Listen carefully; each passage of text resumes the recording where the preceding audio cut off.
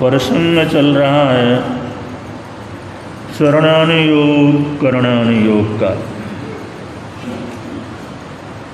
4 अनुयोगों में सबसे पहला अनुयोग चरणानुयोग करणानुयोग है, जिसको चरणानुयोग के नाम से भी जाना जाता है।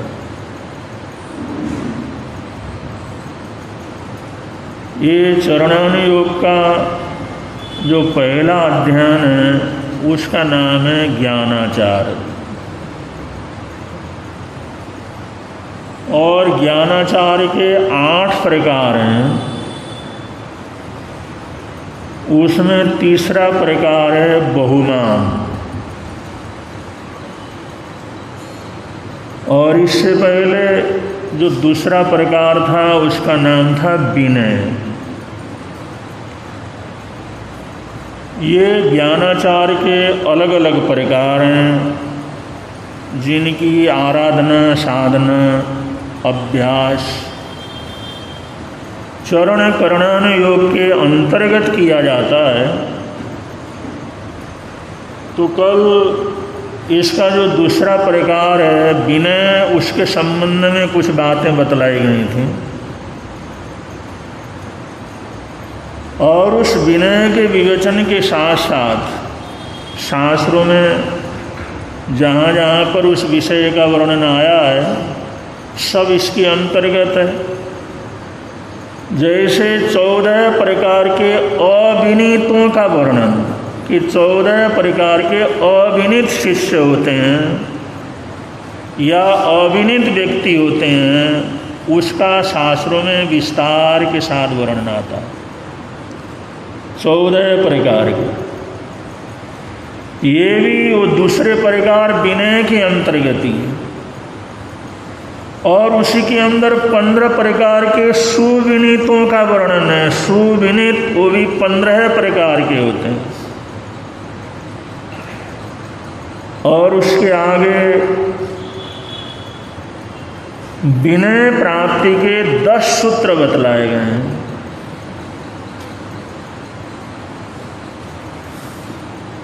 विनय प्राप्ति के 10 सूत्र, उनका वर्णन भी बड़े विशद रूप से शास्त्रों के अंतर्गत आता है। अलग अलग सूत्रों में जो आया हुआ ये वर्णन है विषय के अनुसार, ये चरण करणान योग के बीच में इसको गुम्फित किया गया है। इसी प्रकार 12 प्रकार की विनय की उपलब्धियां हैं। 12 प्रकार की विनय की उपलब्धियां हैं कि विनय करने से कौन कौन सी लब्धियां और उपलब्धियां प्राप्त होती हैं। और 4 तरह की विनय समाधि है जिसका बड़े विस्तार के साथ वर्णन किया गया है। 4 प्रकार की विनय समाधि। उसके बाद 8 शिक्षाशील, इसके जो है 8 प्रकार बतलाए गए हैं। और उसके अनंतर 4 श्रुत समाधि का वर्णन है। ये सारा, ये ज्ञानाचार का जो दूसरा प्रकार है विनय, उसके अंतर्गत ये सारा का सारा वर्णन है। अगर मैं एक एक इस चीज़ का अगर वर्णन करूं तो चतुर्मास वैसे पूरा हो जाएगा। आप लोग भी बड़े बोर हो जाएंगे, भाई एक चीज़ सुनते सुनते तो हम थक गए। अब इतने इतने प्रकार, इतने इतने वेद हैं, सूत्र हैं, उदाहरण हैं, लेकिन मैं यहाँ पर सिर्फ संक्षेप के अंदर ही बोल रहा हूँ, सारांश के रूप में बोल रहा हूँ। प्रवचन में आने वालों को थोड़ा इंटरेस्ट बना रहे। रोज़ रोज़ एक ही चीज़ खाते खाते तो आप भी बोर हो जाते हैं। अरे रोज़ रोज़ क्या सब्जी है, रोज़ रोज़ क्या घिया है, क्या तोरी है। अब इतना लंबा चौड़ा वर्णन है विनय के अंतर्गत। ये सूत्र हैं, उदाहरण हैं, संदेश है, ये सारा भरा पड़ा। तो हम तो यहाँ पर कर्ण सत्तरी, चरण सत्तरी या जो है ये चरण करणान योग को बड़े संक्षेप के अंदर प्रकट कर रहे हैं, बड़े संक्षेप के अंदर रख रहे हैं। वरना ये विषय इतना लंबा चौड़ा है, बड़े लंबे समय तक इसके ऊपर बोला जा सकता है। तो आज हम ये जो इतना लंबा विषय है उसको तो हम संक्षेप के अंदर ही आप लोगों को सूत्र रूप में बतला दिया। अगर विनय के ऊपर वर्णन किया जाए तो कितना लंबा चौड़ा समय चाहिए। अब इसके ऊपर साधु साध्वियाँ एक एक अध्ययन के ऊपर, एक एक जो है चीज़ों के ऊपर 4-4 महीने जो है प्रवचन होते हैं या 2-2 महीने प्रवचन होते हैं। तो यहाँ पर हम संक्षेप के अंदर आज तीसरे प्रकार को ले रहे हैं। जो दूसरा प्रकार है वो विनय, और विनय की बात कल के प्रवचन के अंदर बतला दिया। और उस विनय के अंतर्गत कितने विषय गुम्फित हैं, कितनी चीज़ों का वर्णन है, कितना विस्तार के साथ वर्णन है, ये संक्षेप के अंदर आप विद्यार्थियों के समक्ष रख दिया। और तीसरा इसका प्रकार है, जो ज्ञानाचार का 8 प्रकारों में से तीसरा जो प्रकार है वो है बहुमान। विनय का मतलब आदर करना, सत्कार करना, अभिमान का न होना। और बहुमान फिर जो है जिनसे हमने ज्ञान प्राप्त किया है या जिन साधनों से हमारे को ज्ञान प्राप्त हुआ है उसका बहुमान करना, उसका आदर और सत्कार करना। उसका जितना जितना हम बहुमान करते हैं उतना ही वो ज्ञान हमारे को फलता है। विनय होने से वो प्राप्त होता है और उस प्राप्त हुए ज्ञान का बहुमान करने से, उस शिक्षा का बहुमान करने से या शिक्षा देने वालों का बहुमान करने से, उनका और आदर सत्कार करने से वो ज्ञान की परिवृद्धि होती है, ज्ञान बढ़ता चला जाता है। तो ये तीसरे प्रकार में बहुमान है। उसमें शास्त्रकार कहते हैं अगर ज्ञान का अगर हम बहुमान करते हैं, सत्संग करते हैं, ज्ञानियों के पास जाते हैं, उनका आदर सत्कार करते हैं तो होता क्या है? समणे, नाणे, बिन्नाणे, पचखाणे, संयमे, अणहये, तवे, चेव बोधाणे और अक्रिया सिद्धि। ये जो ज्ञान का आदर किया जाता है, ज्ञान का सम्मान किया जाता है, ज्ञानाचार के अंदर आ जाता है और उसको ज्ञान और ज्ञान देने वालों का आदर सत्कार बहुमान अगर हम करते हैं, उनके सम्मान को अगर आगे बढ़ाते हैं, उनको सम्मानित करते हुए आगे बढ़ते हैं, तो ऐसे श्रवण करते रहने से, सुनते रहने से ज्ञान की परिवृद्धि होती है। जैसे जैसे सुनते हैं वैसे वैसे ज्ञान की परिवृद्धि होती है, ज्ञान बढ़ता है, ज्ञान जीवन के अंदर फलीभूत होता है।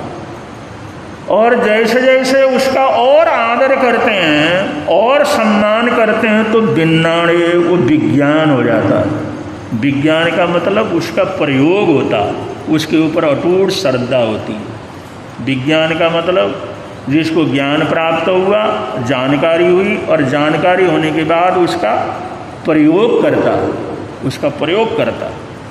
ये प्रयोग करना और उसको अनुभव के अंदर लाने का प्रयत्न करना, इसको कहते हैं विज्ञान। जैसे कोई चीज़ हमने सुना, कोई प्रकरण हमारे सामने आया, कोई चीज़ हमारे को अच्छी लगी तो उसका फिर प्रयोग करते हैं। वो जो प्रयोग करना है, प्रयोग करने से बिन्नाणे माने विशेष रूप से ज्ञान हो जाता है। विशेष रूप से ज्ञान होना यही विज्ञान। और वैज्ञानिक वही होता है जो ज्ञान का प्रयोग करता है, मतलब उसका अनुसंधान करता है, उसका परीक्षण वगैरह करता रहता है, प्रयोग करता रहता है। तो एक एक चीज़ के प्रयोग में जिंदगी की जिंदगी चली जाती है। अब किसी ने बतलाया उपसर्गर का पाठ पढ़ने से, क्योंकि उस ज़माने में ऐसा परिचय आया था, किसी को देव दोष वगैरह ऐसी बात हुई थी, तो आचार्य ने उपसर्गर का पाठ उनको बतलाया और जाप करने के लिए कहा, और कहने के बाद उन्होंने जाप किया तो जाप करने से वो बिल्कुल ठीक हो गए। अब ये तो हो गया ज्ञान, ये तो हो गई जानकारी। अब इसका विज्ञान क्या होगा? जब कभी ऐसा मौका आए तो इसका प्रयोग करना, कि चलो यहाँ पर इसका प्रयोग करके देखते हैं। तो बड़ी श्रद्धा से, बड़ी सद्भावना से, बड़े समर्पण भाव से उसका ऐसा जाप करना कि उन्होंने किया और उसके अंदर ये कामयाब हो गए, तो मैं भी तो इसको कर सकता। जब कोई आचार्य उन्होंने जो इसको सिद्ध किया तो मैं भी तो सिद्ध कर सकता हूँ। जब उनको इससे सहायता पहुंची तो मुझे भी तो सहायता पहुंच सकती है, मैं भी तो इसका प्रयोग कर सकता हूं। फिर उसका प्रयोग करता है। तो हम लोग तो समणे नाड़े इसके अंदर ही रहते हैं, सुनते हैं और जानकारी हो जाती है, अरे बहुत अच्छी बात है, तो बहुत अच्छी बात है। फिर आगे विज्ञान की तरफ तो हम जाते ही नहीं, विज्ञान की तरफ तो हम जाते ही नहीं, उसके प्रयोग की तरफ तो हम जाते ही नहीं।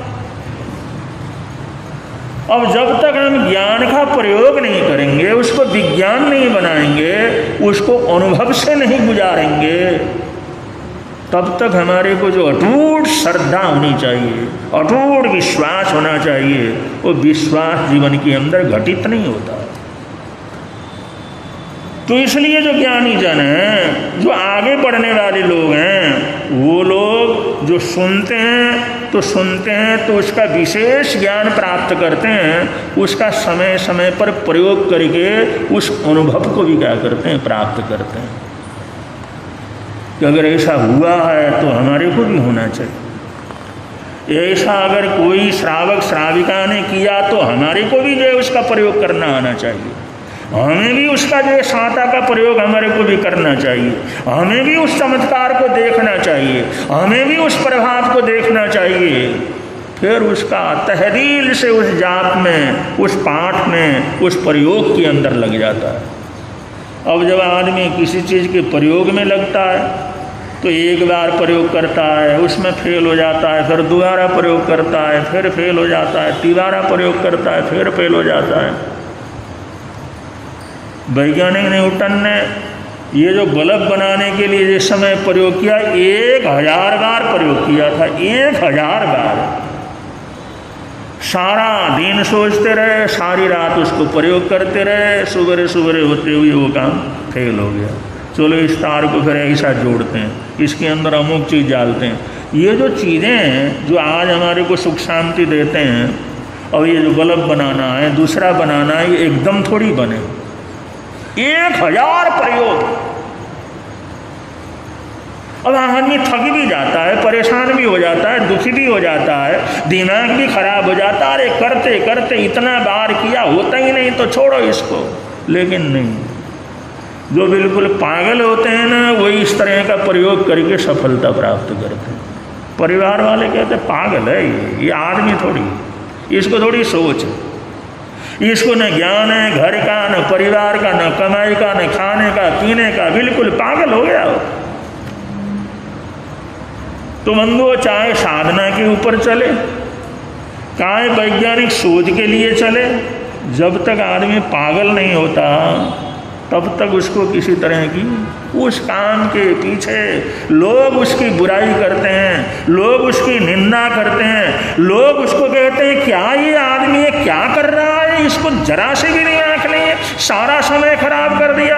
एक दिन नहीं, 2 दिन नहीं, 1000 बार जिस आदमी ने प्रयोग किया होगा तो कितना समय लगा होगा। 1000 बार प्रयोग और 1000 बार फेल हो गया, लेकिन लगा रहा। नहीं, इसका कुछ न कुछ तो होना चाहिए। और प्रयोग करते हैं, शोध करते हैं, उसका बड़ा समय लगता है, बड़ा समय लगता है। एक चीज़ का हमारे शरीर के ऊपर क्या प्रभाव पड़ता है, ये देखने के लिए 1000 आदमियों के ऊपर, 500 आदमियों के ऊपर, उन बीमार आदमियों के ऊपर प्रयोग चलते रहते हैं, प्रयोग चलते रहते हैं। और प्रयोग चलते चलते कई वर्ष बीत जाते हैं, तब जाकर के कोई कंक्लूजन निकलता है। और ये वनस्पति का जो प्रयोग करने वाले, और वो लगा देते हैं भाई इसमें प्रार्थना का क्या प्रभाव पड़ता है, तो दोनों तरफ जो पौधे लगाए, तरह तरह के पौधे लगाए, सबसे स्वच्छ पौधे लगाए, बढ़िया पौधे लगाए, खाद वगैरह सब तरह से डाला, और एक तरफ के पौधों के पास जाकर के वो गालियां देते रहते हैं, और दूसरी तरफ के पौधे के पास जाकर के वो प्रशंसा करते रहते हैं। और ये चलता का साल भर चलता, 6 महीना, साल भर तक चलता। एक तरफ के पौधे को वैज्ञानिक जो गाली देता है, तुम बढ़ नहीं सकते, तुम जम नहीं सकते, तुम्हारे अंदर फल नहीं आ सकता, तुम तो बिल्कुल निकम्मे हो, तुम्हारे अंदर क्या ये फल आएगा। और दूसरी तरफ जो पौधे वैसे ही खाद है, वैसे ही पानी है, प्रयोगशाला एक ही है, उनकी बड़ी प्रशंसा करता है, तुम बड़े भाग्यशाली हो, तुम तो बहुत अच्छी तरह से बढ़ोगे, बढ़िया से बढ़िया फल आएगा। अब ये 6 महीना साल भर का जो प्रयोग करके देखते हैं तो जिसकी निंदा की वो सारे सूख जाते हैं, बीमार हो जाते हैं, बढ़ते नहीं हैं। फिर दोबारा प्रयोग करता है, तिबारा प्रयोग करता है, फिर डिसीजन देता है कि हमारी भावनाओं का, हमारी निंदा का, हमारी चुगली का या हमारी प्रशंसा का केवल आदमी के ऊपर नहीं, केवल मनुष्य के ऊपर नहीं, ये पौधों के ऊपर भी प्रभाव पड़ता। ये फिर कंकुलंज निकालते हैं। तो ये जो तीसरी बात है, समणे नाणे, श्रवण किया, फिर ज्ञान हो गया, उसको जानकारी हो गई, फिर उसका विज्ञान करना। ये विज्ञान के अंदर तो जिंदगी की जिंदगी बीत जाती है। न मालूम कितने वैज्ञानिकों ने अपनी जिंदगी खपा दी, तब जाकर हमारे को वैज्ञानिक साधन उपलब्ध हो गए। उन्होंने जीवन न खपाया हुआ तो हमारे को ये सब मिल नहीं सकता। ऐसे लोग रहते हैं सारी जिंदगी उसी के पीछे लगे रहते हैं, जब तक सफलता नहीं मिलती तब तक लगे रहते हैं। 1 बार फेल होते हैं, 10 बार फेल होते हैं, 1000 बार फेल होते हैं, लेकिन लगे रहते हैं, तब जाकर के विज्ञान होता है। अब ऐसा प्रयोग हमारे जीवन के अंदर कहाँ आता है? कोई ऐसे भाग्यशाली पुण्यशाली होते हैं जिनके अंदर ये लगन पैदा होती है और फिर ये प्रयोग करते हैं। वरना आदमी सोचता है बीमार हो गए तो गुरु जी के पास जाएंगे, 15 सुन लेंगे, 5 सुन लेंगे। अब हम कहाँ इतना खपाई करें, इतना कुछ क्यों करें? किसी महात्मा के पास जाएंगे, वहाँ पर सुन लेंगे। अब ये प्रयोग करके समय खराब कहाँ करें? आदमी शुरुआत भी नहीं कर सकता, शुरुआत करे तो उसमें कामयाब नहीं हो सकता। तो ये नाणे विज्ञान के बाद विज्ञान इतना कठिन काम है। और शास्त्रकार कहते हैं जब विज्ञान हो जाता है, जब जानकारी हो जाती है, वैज्ञानिक हो जाता है, वो ज्ञान का अनुभव करता है, तो पचक-खाने, फिर उसके जीवन के अंदर सब पचक-खान हो जाते हैं, सब चीज़ें छूट जाती हैं उसको। जो भी चीज़ ऐसे हैं जो नहीं करना चाहिए, जो अनुपयोगी है, अपने आप सारा छूट जाता है, पचक-खाने, वो प्रत्याख्यान हो जाता है, उसके जीवन से अलग हो जाते हैं। और जब जो अशुभ चीज़ें हैं, पाप प्रवृत्तियां हैं, वो सारे पापकारी मन है, पापकारी वचन है, पापकारी क्रियाएं, मानसिक, वाचिक, कायिक जितने भी पाप हैं वो सारे छूट गए, सबका पचखान हो गया। तो संयम है, वो संयम के अंदर पहुंच जाता है, संयमित हो जाता है। और ऐसा संयम कहाँ? ऐसा संयम आना कितना कठिन काम। भाई दीक्षा लेकर के संयम तो जल्दी आ जाता है, भाई समझ में आ गया, भाई साधु जीवन अच्छा है, बनना चाहिए, और ऐसा करने से अच्छा हो जाता है। चलो भाई उन्होंने भी दीक्षा ली है, उन्होंने भी दीक्षा ली है, चलो हम भी दीक्षा ले लेते हैं। अब दीक्षा ले ली और दीक्षा ले लिया तो सब वो कहते हैं गुरुजी महान हो गए, और वो गुरुजी हो गए, संयमी हो गए, त्याग पचखान कर लिया, सब वंदना कर लेते हैं, आदर सत्कार कर लेते हैं। हमने सोचते हैं भाई हमारा काम पूरा क्या कर गया, हम संयमी हो गए। लेकिन संयम तब घटित होता है जब जो है सुने और ज्ञान प्राप्त हो, फिर उसका वैज्ञानिक बने और सारा का सारा पचखान उसका सब छूट जाए, सारा संसार अपने आप छूट जाए, फिर उसका संयम है, फिर संयम के स्थल के ऊपर पहुंचता है। तो दीक्षा लेकर के संयमी होना एक अलग बात है, देश परिवर्तन करके संयमी होना एक अलग बात है, लेकिन इस प्रक्रिया से संयमी होना बहुत अलग बात है। इसको गुणस्थान श्रेणी कह करके पुकारा जाता है, गुणस्थान श्रेणी। वैसे गुण आते हैं, वैसी समझ आती है, वैसी श्रद्धा आ जाती है, वैसी विशुद्धि आ जाती है, फिर ऊपर जो पहुँचता है तो वो गुणस्थान चढ़ता हुआ चला जाता है। फिर 6ठे गुणस्थान में, 7वें गुणस्थान में, 8वें गुणस्थान में, 9वें गुणस्थान में, फिर व्यवस्थित रूप से आगे बढ़ता चला जाता।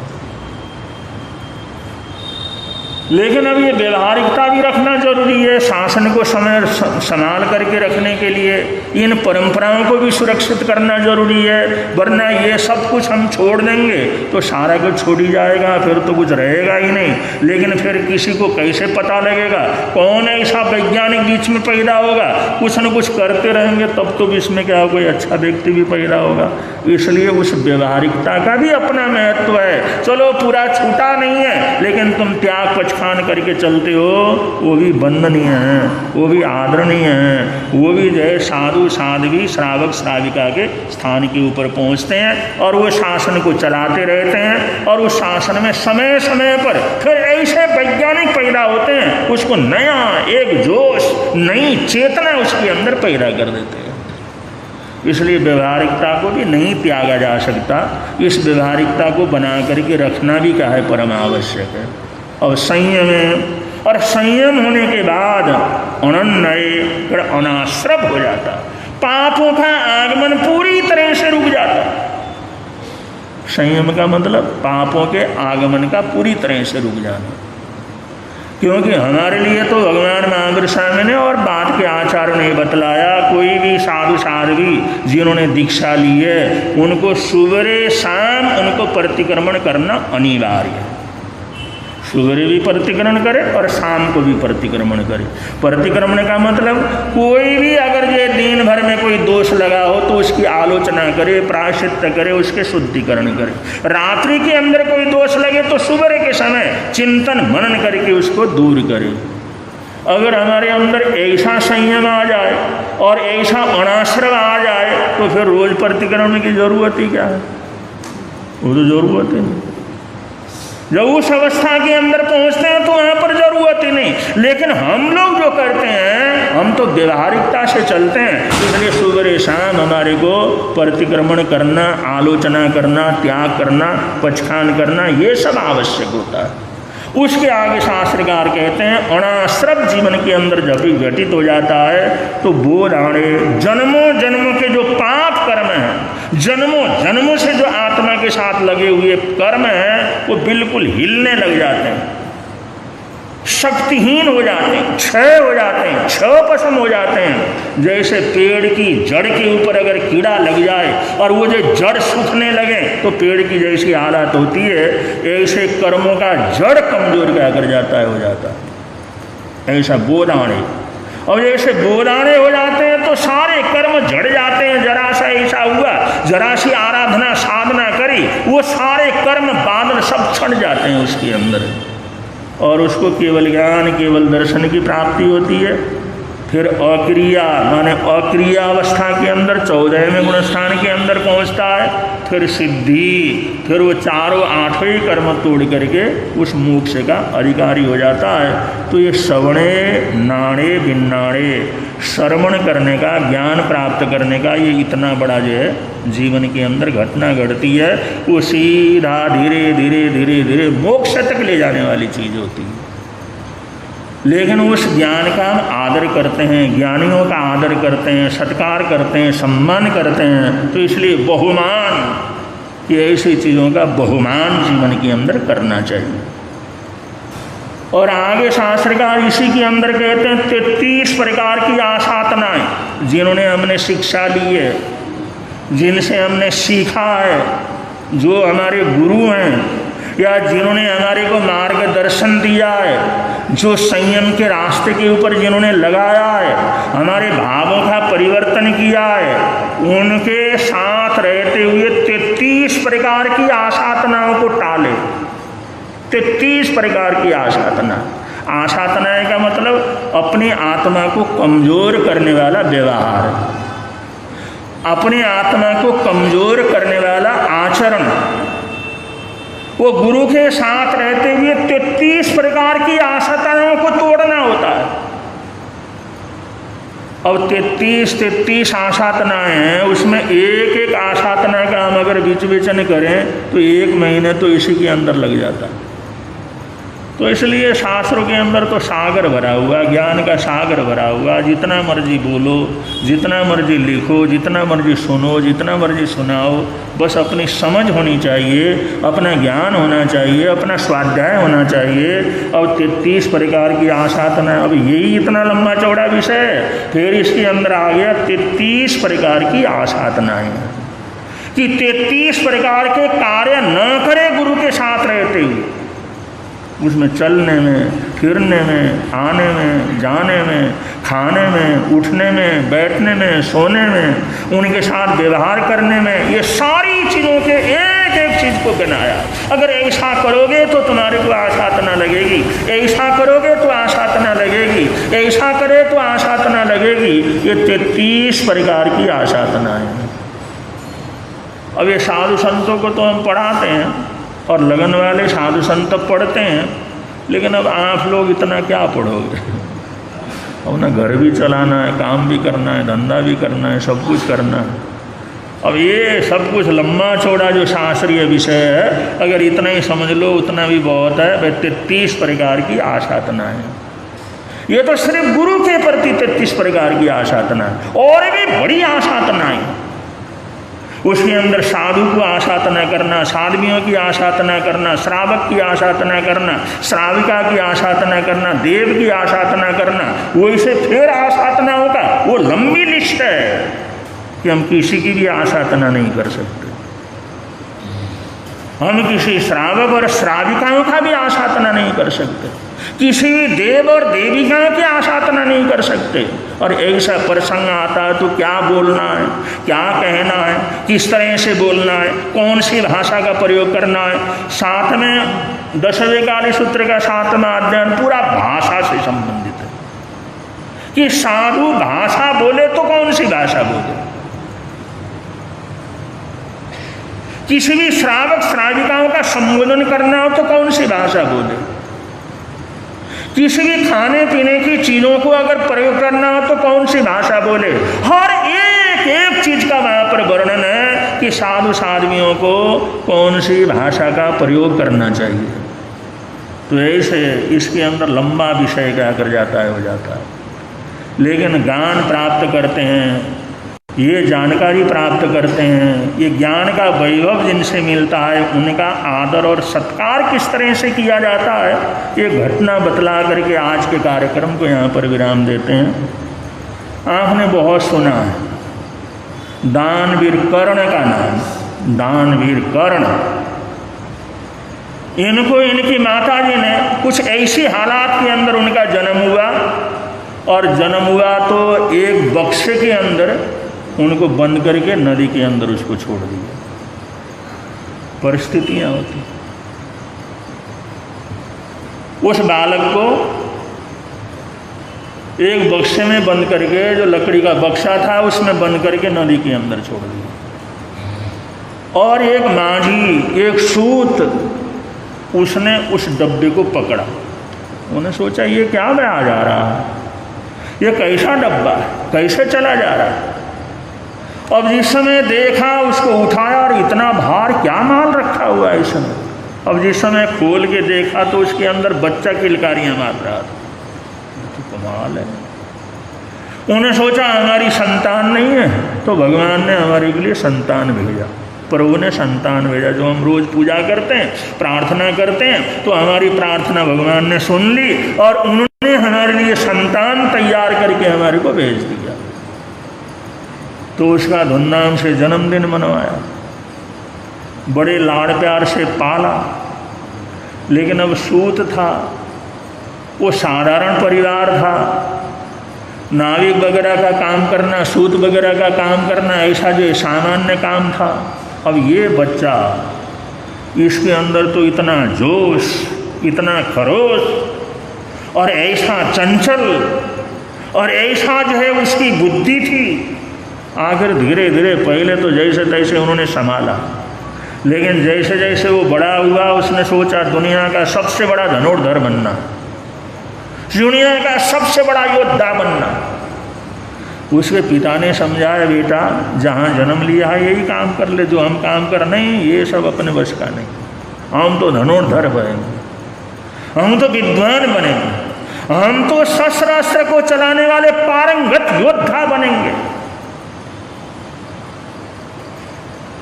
और उसने सोचा भाई अब इसका क्या करना, अब हम कहाँ से इसको योद्धा बनाएंगे, कहाँ से शस्त्र अस्त्र खरीदेंगे, कहाँ से उसका परीक्षण वगैरह कराएंगे। वो भी इधर उधर घूमते रहे, उन्होंने भी पता लगाया। पता लगाने के बाद कहा बेटा बात ऐसी है, अमुक अमुक ऐसे धनुर्धर हैं, अमुक अमुक लोग अखाड़े के अंदर सिखाते हैं, तो जो वहाँ जा कर के तुम क्या कर लो, सीख लो। फिर कहीं फीस की ज़रूरत पड़ती थी, कहीं गुरु दक्षिणा की ज़रूरत पड़ती थी, इतना साधन नहीं था। और वहाँ पर जहाँ भी जाता वहाँ पर एक ही बार में सबको फेल कर देता। वो जो गुरु थे वो कहते हमारे वश का नहीं भाई इसको सिखाना, ये तो हमारे को सिखा देगा, इसको हम क्या सिखाएंगे। जब भगवान महावीर स्वामी को माता पिता ने सोचा भी इसको गुरुकुल के अंदर ले जाके पढ़ाते हैं, उन्होंने कहा मैंने को कोई ज़रूरत नहीं पढ़ने का। उन्होंने पढ़ना तो पड़ेगा बेटा, पढ़े बिना कैसे काम चलेगा, जिंदगी कैसे व्यतीत करोगे, पढ़ोगे नहीं तो होगा क्या। और उन माता पिता को कहाँ पता था भाई ये तो इतना बड़ी आत्मा है, इसको तो जन्म से ही सारा ज्ञान है। तो उन्होंने समझा बुझा करके महावीर स्वामी को वर्धमान को गुरुकुल के अंदर भेजा, जो बड़ा गुरुकुल था।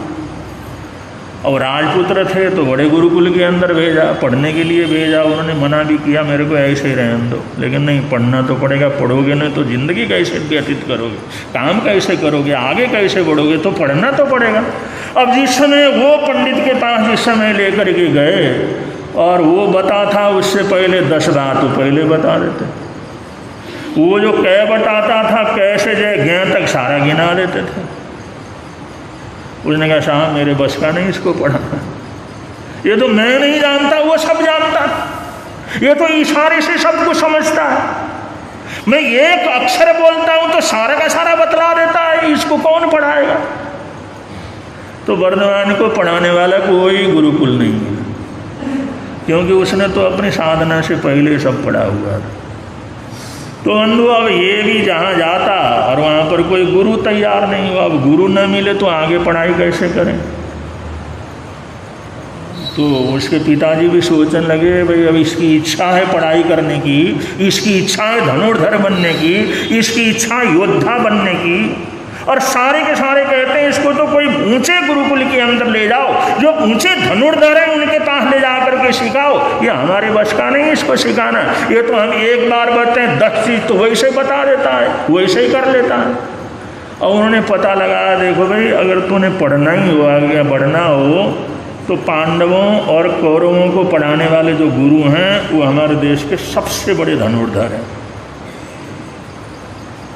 अब हमारी हालात ऐसे नहीं, वो राज परिवार है, हम सूत परिवार हैं, अब वहाँ जा कर के हमारा तो कोई प्रवेश ही नहीं, हम तो मिल भी नहीं सकते, हम तो उनके चरणों में जा भी नहीं सकते। अब किस तरह से करना। उन्होंने कहा मैं खुद जाता, मैं खुद जाता। अब वो कर्ण जिस समय द्रोणाचार्य के दरबार के अंदर गया, उसके जो है उस आश्रम के अंदर जिस समय गया, कर्ण कुमार जिस समय गया और बाहर उसने सूचना दी, अंदर किसी ने सूचना दे दिया भाई आपका शिष्य बनने के लिए और पढ़ने के लिए, धनुर्विद्या को सीखने के लिए कोई विद्यार्थी आया हुआ आपका इंतजार कर रहा है। उन्होंने कहा उसको अंदर भेजो, पहले देखते हैं क्या है, कुछ कर सकता है नहीं कर सकता। अब जिस समय अंदर भेजा और अंदर भेजने के बाद जिस समय उसकी परीक्षा वगैरह हुई, उसको पूछा ताछा, परीक्षा ली, तो द्रोणाचार्य ने कहा तुम सूत पुत्र हो, हमारी मजबूरियाँ आपको नहीं पढ़ा सकते।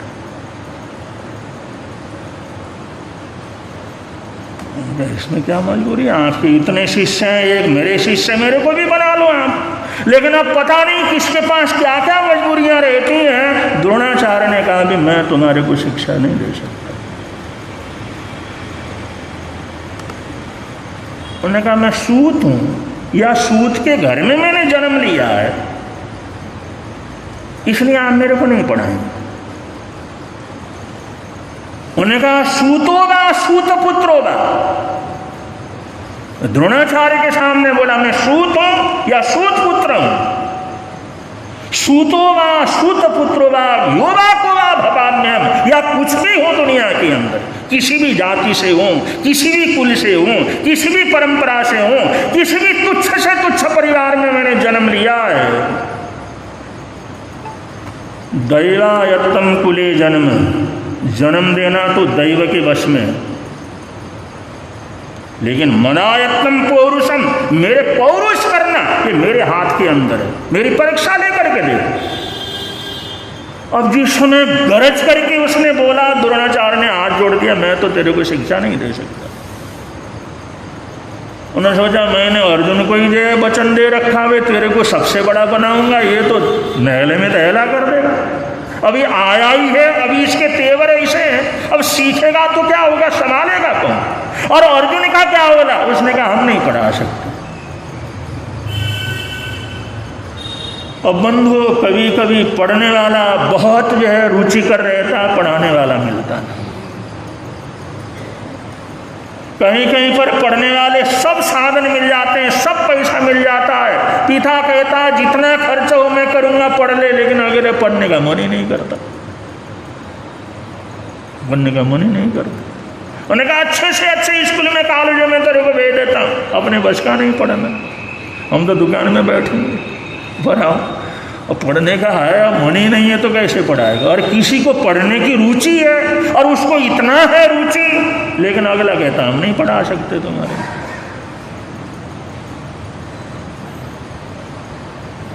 कर्ण ने सोचा द्रोणाचार्य सबसे बड़े धनुर्धर, पांडव और अर्जुन को प्रशिक्षण देने वाले, कौरव पांडवों को शिक्षण देने वाले, और वो पढ़ाने के लिए तैयार नहीं। उन्हें सोचा अगला पढ़ाने के लिए तैयार ही नहीं है तो करना क्या है। वो भटकते रहे, पूछते रहे भाई कोई दूसरा ऐसा मिले। तो किसी से पता लगा अगर द्रोणाचार्य के बराबर का अगर तुम्हारे को आचार्य चाहिए, ऐसा पढ़ने वाला गुरु चाहिए, तो परशुराम जो है वो धनुर्धर जबरदस्त था। परशुराम वैसे परशु का ही वो प्रयोग करते हैं, लेकिन धनुर्धर भी अद्भुत। उन्होंने बतलाया, लेकिन ये सोच लो वो ब्राह्मण बटुकों के सिवाय किसी को पढ़ाते नहीं। अब ये भी बड़ी मुसीबत है। उसने सोचा ले भाई वहाँ भी ऐसी बात हो गई। उन्होंने कहा वो पढ़ा तो सकते हैं, धनुर्धर तो जबरदस्त हैं और वो द्रोणाचार्य के समकक्ष हैं, लेकिन वो ब्राह्मण बटुकों को ही पढ़ाते, और कोई किसी को पढ़ाते नहीं, एडमिशन ही नहीं देते वहाँ। कर्ण ने सोचा ले भाई गए काम से। अब बड़े बड़े जो आचार्य हैं, बड़े बड़े इनके गुरुकुल हैं, अब हम पढ़ना चाहते हैं, हम सीखना चाहते हैं, हमारे अंदर योग्यता है, हमारे अंदर सब कुछ कर गुजरने की ताकत है, लेकिन वो पढ़ाने के लिए तैयार नहीं। तो कर्ण ने एक ब्राह्मण कुमार का वेश बनाया, ब्राह्मण बटुक का, और ये परशुराम के आश्रम में गए। उन्होंने सब पता लगाया कि ब्राह्मण बटुक को क्या क्या सीखना पड़ता है, क्या क्या बोलना पड़ता है, क्या क्या मंत्र का उच्चारण करना पड़ता है। वो सब बुद्धि उसके पास बहुत थी, दिमाग उसके पास बहुत था, सब तैयारी कर ली। उन्होंने कहा कुछ भी पूछेंगे वो सब हम पूरी तरह से बता देंगे, हम ब्राह्मण बटुक, हम ब्राह्मण पुत्र हैं, हम सब कुछ जानते हैं। वो तैयारी करके जिस समय गया और देखा वेशभूषा क्या ब्राह्मण बटुक का है, और जिस समय ये हुआ पढ़ना चाहता है। अब जैसे परशुराम के पास गए, परशुराम ने एक बार पूछा, 2 बार पूछा, 4 बार पूछा, वहाँ तो वो तैयार होकर के गए थे, पहले बता दिया था अपने गुरुजी को, द्रोणाचार्य को उसने मना कर दिया, तो सूतपुत्र है। अब ऐसी हालात के अंदर अपने को भी तो कुछ न कुछ करना पड़ेगा। तो उसने ऐसा वहाँ पर ब्राह्मण बटुक का जो है उसने वेश बना करके गया, वो सारे प्रश्न का ऐसा जवाब दिया, उन्हें कहा आज से ही तुम्हारी शिक्षा प्रारंभ कर देते हैं। तो कर्ण ने जो शिक्षा पाई, कर्ण ने जो ये शस्त्र चलाने का प्रशिक्षण प्राप्त किया, वो सब परशुराम के चरणों में प्राप्त किया।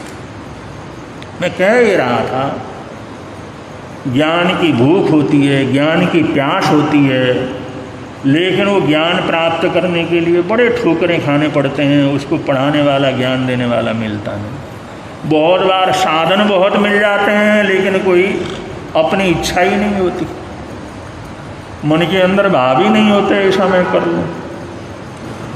तो इस दुनिया के अंदर बड़े ही बड़े जो है ऐसे रुकावटें हैं, बड़ी बड़ी रुकावटें हैं, बड़ी बड़ी परेशानियां हैं। और वहाँ पर कर्ण ने वो विद्याएं सीखी, इस तरह से सीखा, उसके जितने भी जो है उनके शिष्य थे, बड़ी संख्या में शिष्य थे, लेकिन अव्वल नंबर के शिष्य हुए तो कर्ण शिष्य हुए। उनको प्रधान शिष्य की उन्होंने घोषणा की और कहा मेरे साथ हर जगह पर कर्ण जाए, यही बटुक जाए। उन्हें पैसे वालों को सबको क्या कर दिया, पीछे कर दिया। उसकी योग्यता थी, उसकी सामर्थ्यता थी, उसने अपनी योग्यता से, अपनी बुद्धिमत्ता से, अपने विनम्रता से, अपनी सेवा से पूरी तरह से वहाँ जो है ये जो परशुराम थे उन्होंने कहा भाई मैं जहाँ भी जाऊँगा सेवा के अंदर यही शिष्य रहेगा। अब जिसने गुरु के दिल को इस तरह से जीता हुआ हो उसके लिए क्या कमी रहने वाली थी। लेकिन ये तो निश्चित है कि योग्य शिष्य का मिलना भी बड़ा कठिन काम है, तो योग्य गुरु का मिलना भी बड़ा कठिन काम है। और जब तक सुयोग्य नहीं मिलते तब तक जो है सफलता के शिखर पर कोई पहुंच नहीं सकता। टाइम हो चुका है, आगे का प्रकरण आगे बतलाएंगे, बड़े प्रेम से आप लोग बोलेंगे।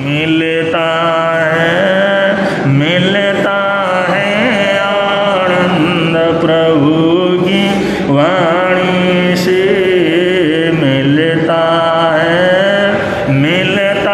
है आनंद प्रभु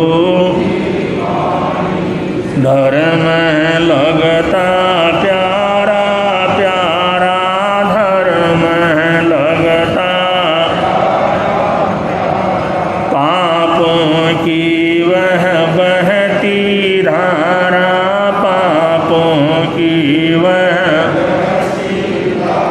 हो जाती है बंद प्रभु की वाणी से, हो जाती है बंद प्रभु की वाणी से। मिलता है आनंद प्रभु की वाणी से, मिलता है आनंद प्रभु।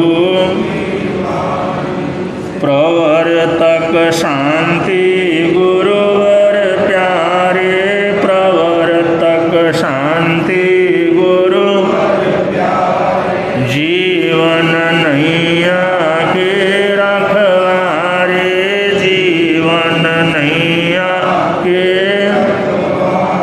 जोड़ गए संबंध प्रभु की वाणी से, जोड़ गए संबंध प्रभु की वाणी से।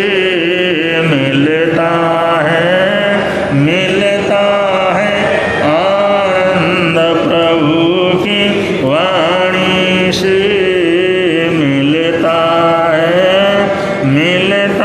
है आनंद प्रभु।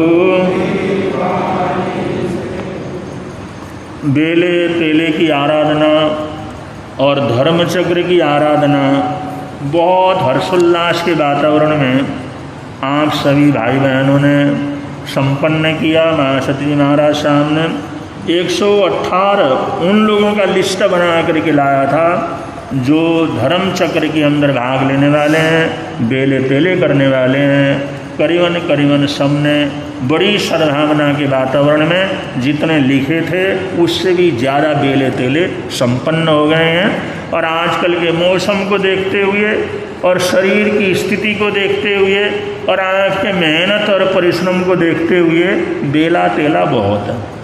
बेला तेला वो भी कोई मोक्ष में तो जाने वाला नहीं है, तो बेला तेला बहुत है। इतना भी कर लो, ऐसा करते रहो, अच्छा है। अपना काम भी चलता रहे, परिवारों को भी आलो। तो अठाई करोगे तो कहेगा क्या कर रहे हो साहब, कोई फंक्शन कर रहे हो क्या बांट रहे हो, वो भी बड़ी मुसीबत हो जाती है। लंबा करना भी वो भी परेशानी का काम हो जाता है। इसलिए बेला तिला करो तो बेला तिला में तो कोई प्रसाद लेने के लिए, वरना अठाई करो तो कहते हैं चलो भाई दूर दूर से चलो भाई साता पूछने के लिए चलो। अब साता पूछने वालों को साता पहुंचाते पहुंचाते परेशान हो जाते हैं लोग। इसलिए बेला तेला बहुत है, सबको साता रहे। ऐसी हार्दिक हार्दिक मंगल कामनाएं सद्भावनाएँ हैं। अब संघ की तरफ से सूचना है, उसके पहले पच्चा खान करवा रहे हैं। अगर किसी का आज का एकासना हो तो खड़े होकर के एकासने का बचखान ले सकते हैं। पूज्य गुरुदेव श्री फूलचंद जी महाराज, शासन सूर्य प्रवर्तक भगवंत पूज्य गुरुदेव श्री शांति स्वरूप जी महाराज, श्रवण संज्ञ सलाहकार भीष्म पितामह राज ऋषि पूज्य गुरुदेव श्री सुमति प्रकाश जी महाराज की जय।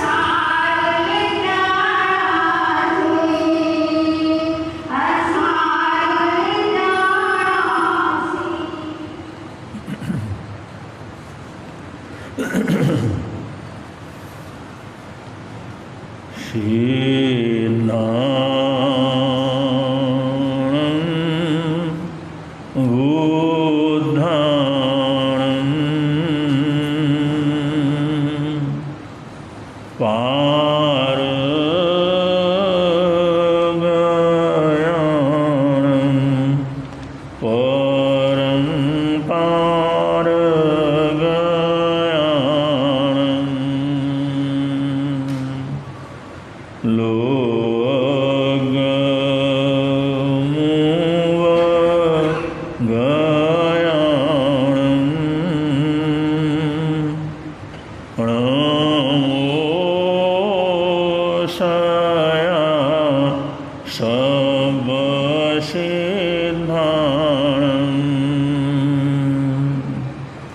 जो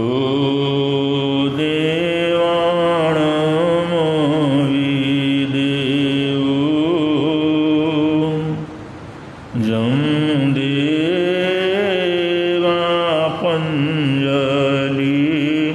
नमुंसन्ति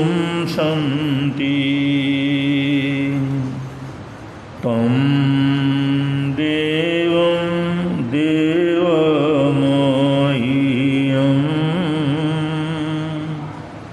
शिरसा वन्दे महावीरम्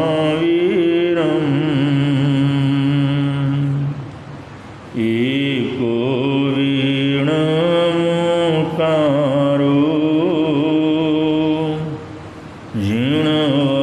जीर्णवरवशस वर्धमानस संसार सागराओ तारे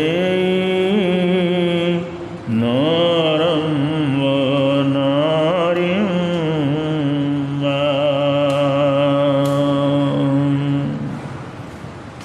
त्रिभुवन पीड़ा हरणहार तुमको मेरा नमस्कार सर्व जगत के अलंकार प्रणाम तुम्हें मेरा आरवार तीन जगत के नाथ आपके चरणों में जाऊं बलिहार भवसागर के शोषण करता तुमको वंदन बारंबार भवसागर के शोषण करता तुमको वंदन बारंबार सर्व जगत के मंगल करता तुमको वंदन बारंबार।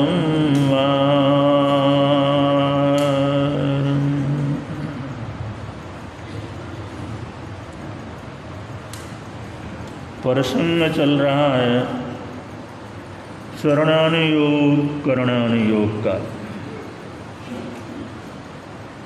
चार अनुयोगों में सबसे पहला अनुयोग चरणानुयोग करणानुयोग है, जिसको चरणानुयोग के नाम से भी जाना जाता है।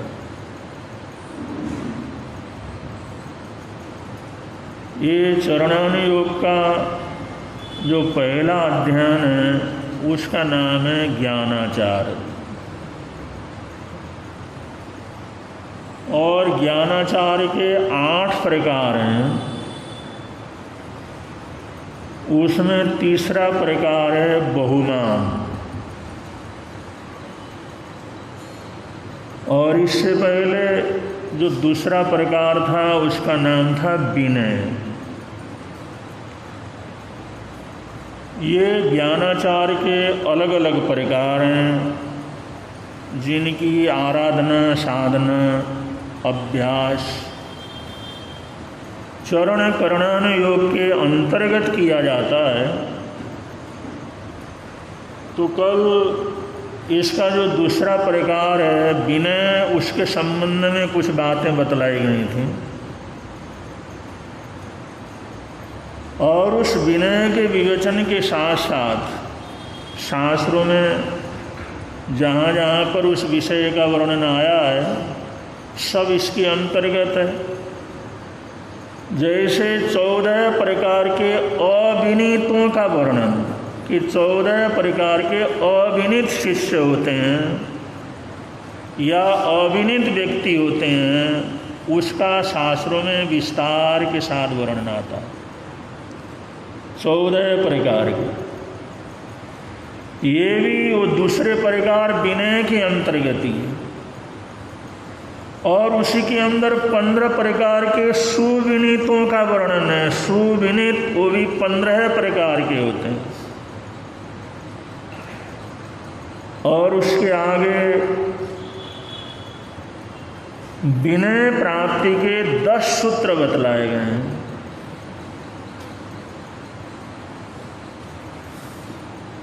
विनय प्राप्ति के 10 सूत्र, उनका वर्णन भी बड़े विशद रूप से शास्त्रों के अंतर्गत आता है। अलग अलग सूत्रों में जो आया हुआ ये वर्णन है विषय के अनुसार, ये चरण करणानुयोग के बीच में इसको गुम्फित किया गया है। इसी प्रकार 12 प्रकार की विनय की उपलब्धियां हैं। 12 प्रकार की विनय की उपलब्धियां हैं कि विनय करने से कौन कौन सी लब्धियां और उपलब्धियां प्राप्त होती हैं। और 4 तरह की विनय समाधि है जिसका बड़े विस्तार के साथ वर्णन किया गया है। 4 प्रकार की विनय समाधि। उसके बाद 8 शिक्षाशील, इसके जो है 8 प्रकार बतलाए गए हैं। और उसके अनंतर 4 श्रुत समाधि का वर्णन है। ये सारा, ये ज्ञानाचार का जो दूसरा प्रकार है विनय, उसके अंतर्गत ये सारा का सारा वर्णन है। अगर मैं एक एक इस चीज़ का अगर वर्णन करूं तो चतुर्मास वैसे पूरा हो जाएगा। आप लोग भी बड़े बोर हो जाएंगे, भाई एक चीज़ सुनते सुनते तो हम थक गए। अब इतने इतने प्रकार, इतने इतने वेद, सूत्र हैं, उदाहरण हैं, लेकिन मैं यहाँ पर सिर्फ संक्षेप के अंदर ही बोल रहा हूँ, सारांश के रूप में बोल रहा हूँ। प्रवचन में आने वालों को थोड़ा इंटरेस्ट बना रहे। रोज़ रोज़ एक ही चीज़ खाते खाते तो आप भी बोर हो जाते हैं। अरे रोज़ रोज़ क्या सब्जी है, रोज़ रोज़ क्या घिया है, क्या तोरी है। अब इतना लंबा चौड़ा वर्णन है विनय के अंतर्गत। ये सूत्र हैं, उदाहरण हैं, संदेश है, ये सारा भरा पड़ा। तो हम तो यहाँ पर कर्ण सत्तरी, चरण सत्तरी या जो है ये चरण करणानुयोग को बड़े संक्षेप के अंदर प्रकट कर रहे हैं, बड़े संक्षेप के अंदर रख रहे हैं। वरना ये विषय इतना लंबा चौड़ा है, बड़े लंबे समय तक इसके ऊपर बोला जा सकता है। तो आज हम ये जो इतना लंबा विषय है उसको तो हम संक्षेप के अंदर ही आप लोगों को सूत्र रूप में बतला दिया। अगर विनय के ऊपर वर्णन किया जाए तो कितना लंबा चौड़ा समय चाहिए। अब इसके ऊपर साधु साध्वियाँ एक एक अध्ययन के ऊपर, एक एक जो है चीज़ों के ऊपर 4-4 महीने जो है प्रवचन होते हैं या 2-2 महीने प्रवचन होते हैं। तो यहाँ पर हम संक्षेप के अंदर आज तीसरे प्रकार को ले रहे हैं। जो दूसरा प्रकार है वो विनय, और विनय की बात कल के प्रवचन के अंदर बतला दिया। और उस विनय के अंतर्गत कितने विषय गुम्फित हैं, कितनी चीज़ों का वर्णन है, कितना विस्तार के साथ वर्णन है, ये संक्षेप के अंदर आप लोगों के समक्ष रख दिया। और तीसरा इसका प्रकार है जो ज्ञानाचार का 8 प्रकारों में से तीसरा जो प्रकार है वो है बहुमान। विनय का मतलब आदर करना, सत्कार करना, अभिमान का न होना, और बहुमान फिर जो है जिनसे हमने ज्ञान प्राप्त किया है या जिन साधनों से हमारे को ज्ञान प्राप्त हुआ है उसका बहुमान करना, उसका आदर और सत्कार करना। उसका जितना जितना हम बहुमान करते हैं उतना ही वो ज्ञान हमारे को फलता है। विनय होने से वो प्राप्त होता है और उस प्राप्त हुए ज्ञान का बहुमान करने से, उस शिक्षा का बहुमान करने से या शिक्षा देने वालों का बहुमान करने से, उनका और आदर सत्कार करने से वो ज्ञान की परिवृद्धि होती है, ज्ञान बढ़ता चला जाता है। तो ये तीसरे प्रकार में बहुमान है। उसमें शास्त्रकार कहते हैं अगर ज्ञान का अगर हम बहुमान करते हैं, सत्संग करते हैं, ज्ञानियों के पास जाते हैं, उनका आदर सत्कार करते हैं तो होता क्या है? समणे, नाणे, बिन्नाणे, पचखाणे, संयमे, अणहये, तवे, चेव बोधाणे और अक्रिया सिद्धि। ये जो ज्ञान का आदर किया जाता है, ज्ञान का सम्मान किया जाता है, ज्ञानाचार के अंदर आ जाता है और उसको ज्ञान और ज्ञान देने वालों का आदर सत्कार बहुमान अगर हम करते हैं, उनके सम्मान को अगर आगे बढ़ाते हैं, उनको सम्मानित करते हुए आगे बढ़ते हैं, तो ऐसे श्रवण करते रहने से, सुनते रहने से ज्ञान की परिवृद्धि होती है।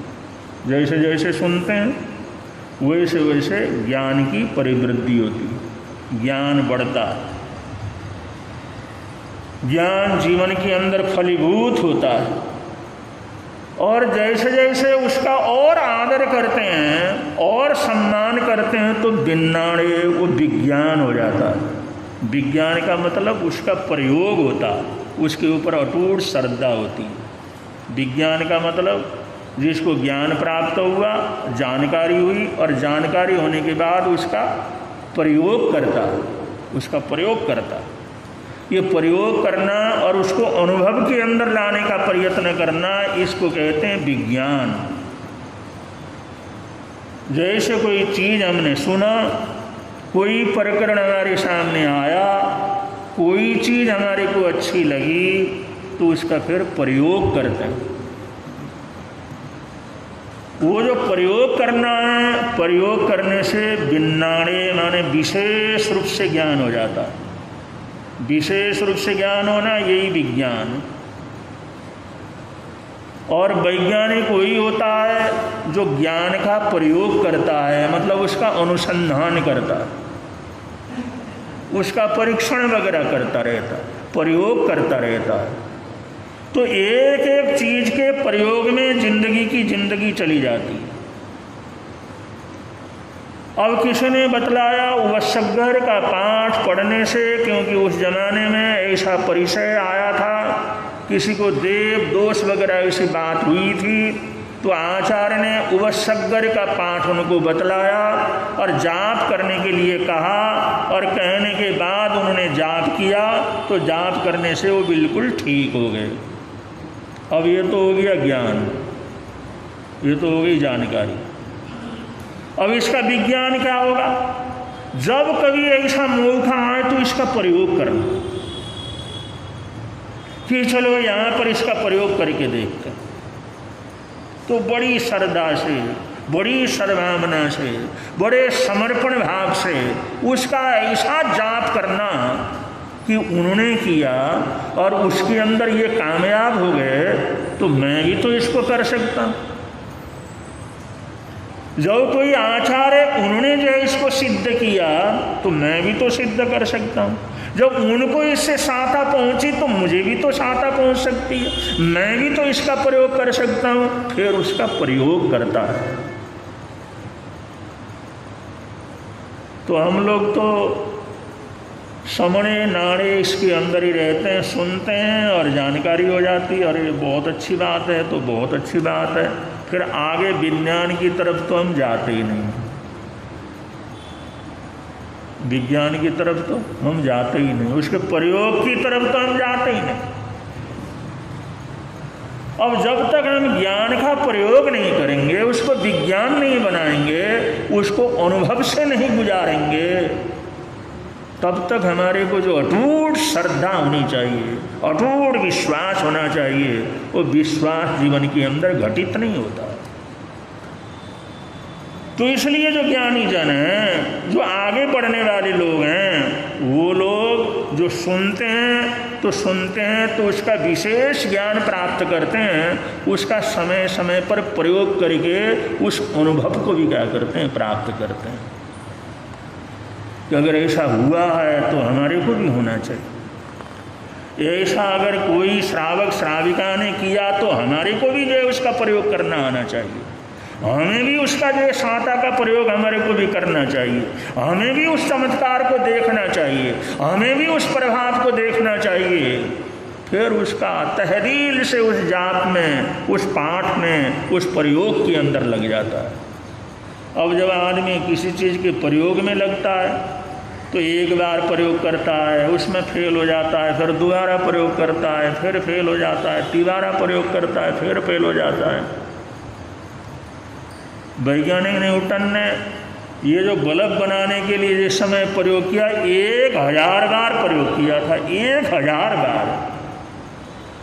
सारा दिन सोचते रहे, सारी रात उसको प्रयोग करते रहे, सुबह सुबह होते हुए वो काम फेल हो गया। चलो इस तार को फिर ऐसा जोड़ते हैं, इसके अंदर अमुक चीज़ डालते हैं। ये जो चीज़ें हैं जो आज हमारे को सुख शांति देते हैं, और ये जो बल्ब बनाना है, दूसरा बनाना है, ये एकदम थोड़ी बने। 1000 प्रयोग।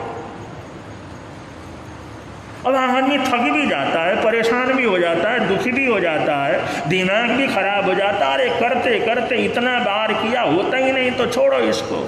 लेकिन नहीं, जो बिल्कुल पागल होते हैं ना, वही इस तरह का प्रयोग करके सफलता प्राप्त करते हैं। परिवार वाले कहते हैं पागल है ये आदमी थोड़ी, इसको थोड़ी सोच है, इसको न ज्ञान है घर का, न परिवार का, न कमाई का, न खाने का पीने का, बिल्कुल पागल हो गया हो।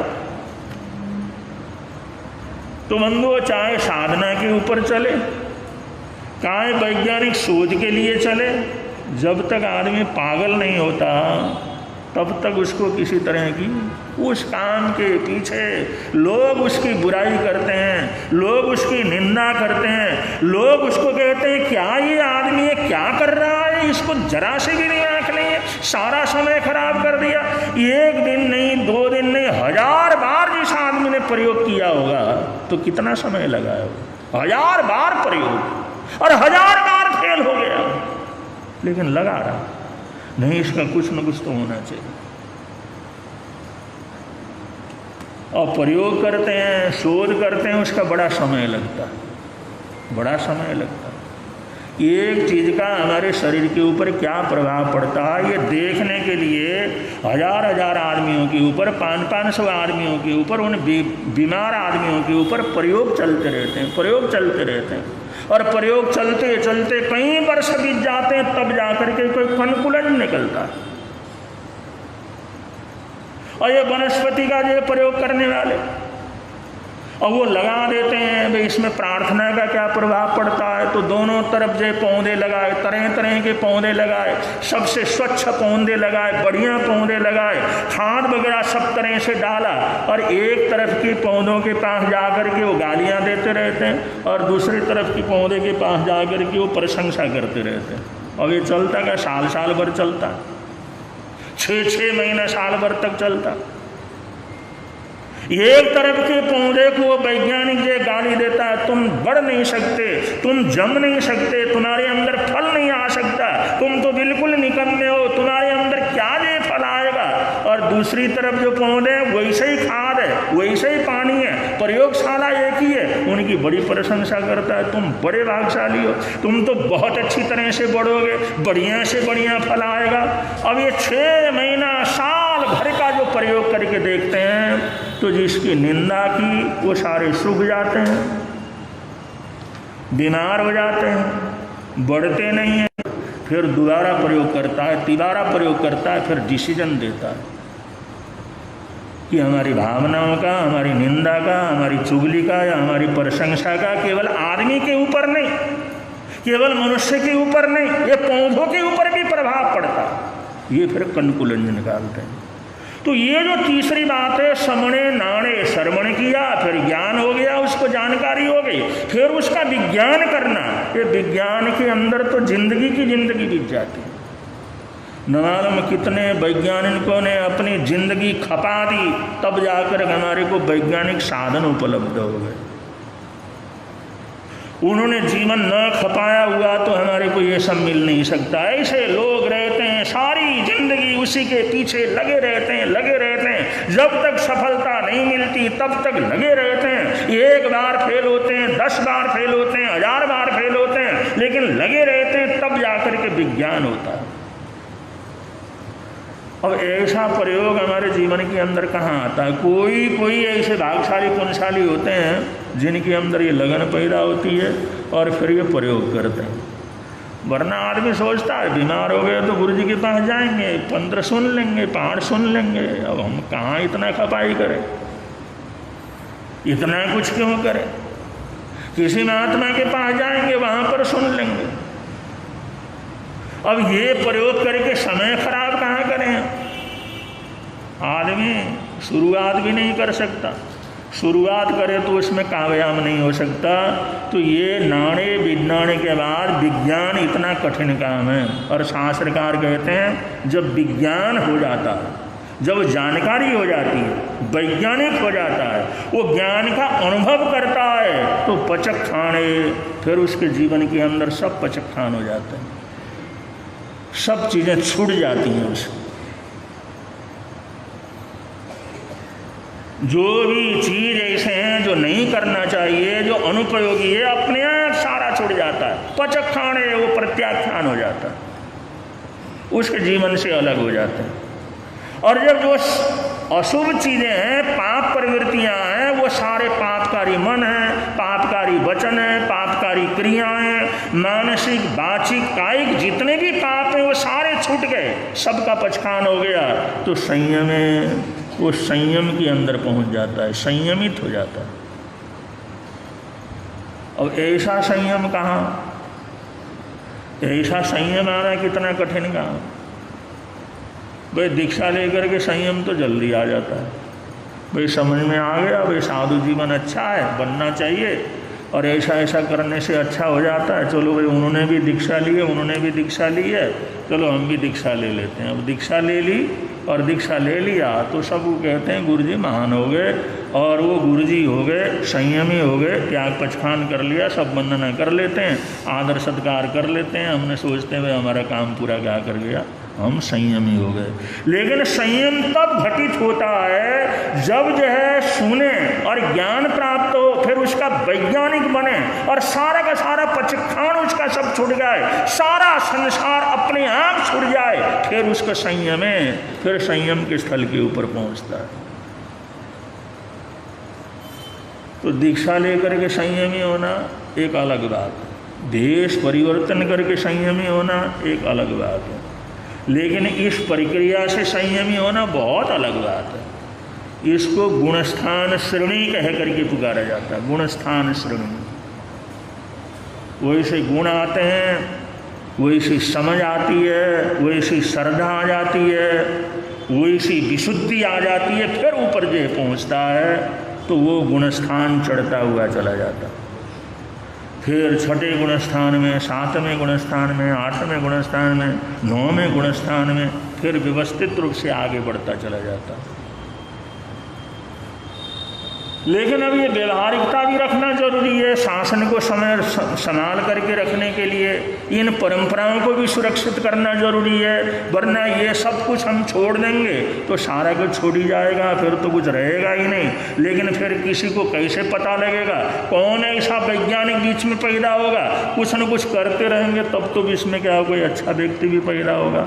इसलिए उस व्यवहारिकता का भी अपना महत्व है। चलो पूरा छूटा नहीं है, लेकिन तुम त्याग पचखान करके चलते हो, वो भी वंदनीय है, वो भी आदरणीय है, वो भी जो है साधु साध्वी श्रावक श्राविका के स्थान के ऊपर पहुंचते हैं और वो शासन को चलाते रहते हैं। और उस शासन में समय समय पर फिर ऐसे वैज्ञानिक पैदा होते हैं, उसको नया एक जोश, नई चेतना उसके अंदर पैदा कर देते हैं। इसलिए व्यवहारिकता को भी नहीं त्यागा जा सकता, इस व्यवहारिकता को बना करके रखना भी क्या है, परम आवश्यक है। और संयम है, और संयम होने के बाद अनन्य फिर अनाश्रव हो जाता, पापों का आगमन पूरी तरह से रुक जाता। संयम का मतलब पापों के आगमन का पूरी तरह से रुक जाना। क्योंकि हमारे लिए तो भगवान महावीर स्वामी ने और बाद के आचार्यों ने बतलाया, कोई भी साधु साध्वी जिन्होंने दीक्षा ली है उनको सुबह शाम उनको प्रतिक्रमण करना अनिवार्य है। सुबह भी प्रतिक्रमण करे और शाम को भी प्रतिक्रमण करे। प्रतिक्रमण का मतलब कोई भी अगर ये दिन भर में कोई दोष लगा हो तो उसकी आलोचना करे, प्रायश्चित करे, उसके शुद्धिकरण करे। रात्रि के अंदर कोई दोष लगे तो सुबह के समय चिंतन मनन करके उसको दूर करे। अगर हमारे अंदर ऐसा संयम आ जाए और ऐसा अनाश्रव आ जाए तो फिर रोज प्रतिक्रमण की जरूरत ही क्या है, वो तो जरूरत ही नहीं। जब उस अवस्था के अंदर पहुंचते हैं तो वहाँ पर जरूरत ही नहीं। लेकिन हम लोग जो करते हैं, हम तो व्यवहारिकता से चलते हैं। इसलिए सुबह शाम हमारे को प्रतिक्रमण करना, आलोचना करना, त्याग करना, पचखान करना, ये सब आवश्यक होता है। उसके आगे शास्त्रकार कहते हैं अनाश्रव जीवन के अंदर जब भी घटित हो जाता है तो बोध आने जन्मों जन्मों के जो पाप कर्म हैं, जन्मों जन्मों से जो आत्मा के साथ लगे हुए कर्म हैं, वो बिल्कुल हिलने लग जाते हैं, शक्तिहीन हो जाते हैं, क्षय हो जाते हैं, क्षयपशम हो जाते हैं। जैसे पेड़ की जड़ के ऊपर अगर कीड़ा लग जाए और वो जो जड़ सूखने लगे तो पेड़ की जैसी हालत होती है, ऐसे कर्मों का जड़ कमजोर क्या कर जाता है, हो जाता है। ऐसा बोधाणे, और जैसे बोधाणे हो जाते हैं तो सारे कर्म झड़ जाते हैं। जरा सा ऐसा हुआ, जरा सी आराधना साधना करी, वो सारे कर्म बादल सब छट जाते हैं उसके अंदर, और उसको केवल ज्ञान, केवल दर्शन की प्राप्ति होती है। फिर अक्रिया माने अक्रिया अवस्था के अंदर 14वें गुणस्थान के अंदर पहुंचता है। फिर सिद्धि, फिर वो चारों आठवें कर्म तोड़ करके उस मोक्ष का अधिकारी हो जाता है। तो ये श्रवणे नाणे बिन्नाणे, श्रवण करने का, ज्ञान प्राप्त करने का ये इतना बड़ा जो है जीवन के अंदर घटना घटती है, वो सीधा धीरे धीरे धीरे धीरे मोक्ष तक ले जाने वाली चीज़ होती है। लेकिन उस ज्ञान का हम आदर करते हैं, ज्ञानियों का आदर करते हैं, सत्कार करते हैं, सम्मान करते हैं, तो इसलिए बहुमान, ये ऐसी चीज़ों का बहुमान जीवन के अंदर करना चाहिए। और आगे शास्त्रकार इसी के अंदर कहते हैं 33 प्रकार की आसाधनाएं जिन्होंने हमने शिक्षा ली है, जिनसे हमने सीखा है, जो हमारे गुरु हैं या जिन्होंने हमारे को मार्गदर्शन दिया है, जो संयम के रास्ते के ऊपर जिन्होंने लगाया है, हमारे भावों का परिवर्तन किया है, उनके साथ रहते हुए 33 प्रकार की आसाधनाओं को टाले। 33 प्रकार की आसाधना, आसाधनाएं का मतलब अपनी आत्मा को कमजोर करने वाला व्यवहार, अपनी आत्मा को कमजोर करने वाला आचरण, वो गुरु के साथ रहते हुए 33 प्रकार की आसाधनाओं को तोड़ना होता है। अब 33 आसाधनाएं हैं, उसमें एक एक आसाधना का हम अगर विचन करें तो 1 महीने तो इसी के अंदर लग जाता है। तो इसलिए शास्त्रों के अंदर तो सागर भरा हुआ, ज्ञान का सागर भरा हुआ। जितना मर्जी बोलो, जितना मर्जी लिखो, जितना मर्जी सुनो, जितना मर्जी सुनाओ, बस अपनी समझ होनी चाहिए, अपना ज्ञान होना चाहिए, अपना स्वाध्याय होना चाहिए। अब 33 प्रकार की आसाधना, अब यही इतना लंबा चौड़ा विषय है। फिर इसके अंदर आ गया 33 प्रकार की आसाधनाएं, कि 33 प्रकार के कार्य न करे गुरु के साथ रहते हुए, उसमें चलने में, फिरने में, आने में, जाने में, खाने में, उठने में, बैठने में, सोने में, उनके साथ व्यवहार करने में, ये सारी चीज़ों के एक एक चीज़ को गिनाया। अगर ऐसा करोगे तो तुम्हारे को आसाधना लगेगी, ऐसा करोगे तो आसाधना लगेगी, ऐसा करे तो आसाधना लगेगी। ये 33 प्रकार की आसाधना है। अब ये साधु संतों को तो हम पढ़ाते हैं और लगन वाले साधु संत पढ़ते हैं, लेकिन अब आप लोग इतना क्या पढ़ोगे? अब ना घर भी चलाना है, काम भी करना है, धंधा भी करना है, सब कुछ करना है। अब ये सब कुछ लंबा चौड़ा जो शास्त्रीय विषय है, अगर इतना ही समझ लो उतना भी बहुत है। भाई 33 प्रकार की आसाधना है। ये तो सिर्फ गुरु के प्रति 33 प्रकार की आसाधना है, और भी बड़ी आसाधनाएं। उसके अंदर साधु को आसाधना करना, साध्वियों की आसाधना करना, श्रावक की आसाधना करना, श्राविका की आसाधना करना, देव की आसाधना करना, वैसे फिर आसाधनाओं का वो लंबी लिस्ट है कि हम किसी की भी आसाधना नहीं कर सकते। हम किसी श्रावक और श्राविकाओं का भी आसाधना नहीं कर सकते, किसी भी देव और देविका की आसाधना नहीं कर सकते। और ऐसा प्रसंग आता है तो क्या बोलना है, क्या कहना है, किस तरह से बोलना है, कौन सी भाषा का प्रयोग करना है। साथ में 10वें काली सूत्र का 7वां अध्ययन पूरा भाषा से संबंधित है कि साधु भाषा बोले तो कौन सी भाषा बोले, किसी भी श्रावक श्राविकाओं का संबोधन करना हो तो कौन सी भाषा बोले, किसी भी खाने पीने की चीज़ों को अगर प्रयोग करना हो तो कौन सी भाषा बोले। हर एक एक चीज़ का वहाँ पर वर्णन है कि साधु साध्वियों को कौन सी भाषा का प्रयोग करना चाहिए। तो ऐसे इसके अंदर लंबा विषय क्या कर जाता है, हो जाता है। लेकिन ज्ञान प्राप्त करते हैं, ये जानकारी प्राप्त करते हैं, ये ज्ञान का वैभव जिनसे मिलता है उनका आदर और सत्कार किस तरह से किया जाता है, ये घटना बतला करके आज के कार्यक्रम को यहाँ पर विराम देते हैं। आपने बहुत सुना है दानवीर कर्ण का नाम, दानवीर कर्ण। इनको इनकी माता जी ने कुछ ऐसी हालात के अंदर उनका जन्म हुआ, और जन्म हुआ तो एक बक्से के अंदर उनको बंद करके नदी के अंदर उसको छोड़ दिया। परिस्थितियां होती। उस बालक को एक बक्से में बंद करके, जो लकड़ी का बक्सा था उसमें बंद करके नदी के अंदर छोड़ दिया। और एक माझी, एक सूत, उसने उस डब्बे को पकड़ा। उन्होंने सोचा ये क्या आ जा रहा है, ये कैसा डब्बा है, कैसे चला जा रहा है। अब जिस समय देखा उसको उठाया और इतना भार, क्या माल रखा हुआ है इसमें। अब जिस समय खोल के देखा तो उसके अंदर बच्चा किलकारियाँ मार रहा था। तो कमाल है। उन्होंने सोचा हमारी संतान नहीं है, तो भगवान ने हमारे के लिए संतान भेजा, प्रभु ने संतान भेजा। जो हम रोज़ पूजा करते हैं, प्रार्थना करते हैं, तो हमारी प्रार्थना भगवान ने सुन ली और उन्होंने हमारे लिए संतान तैयार करके हमारे को भेज दिया। तो उसका धूमधाम से जन्मदिन मनवाया, बड़े लाड़ प्यार से पाला।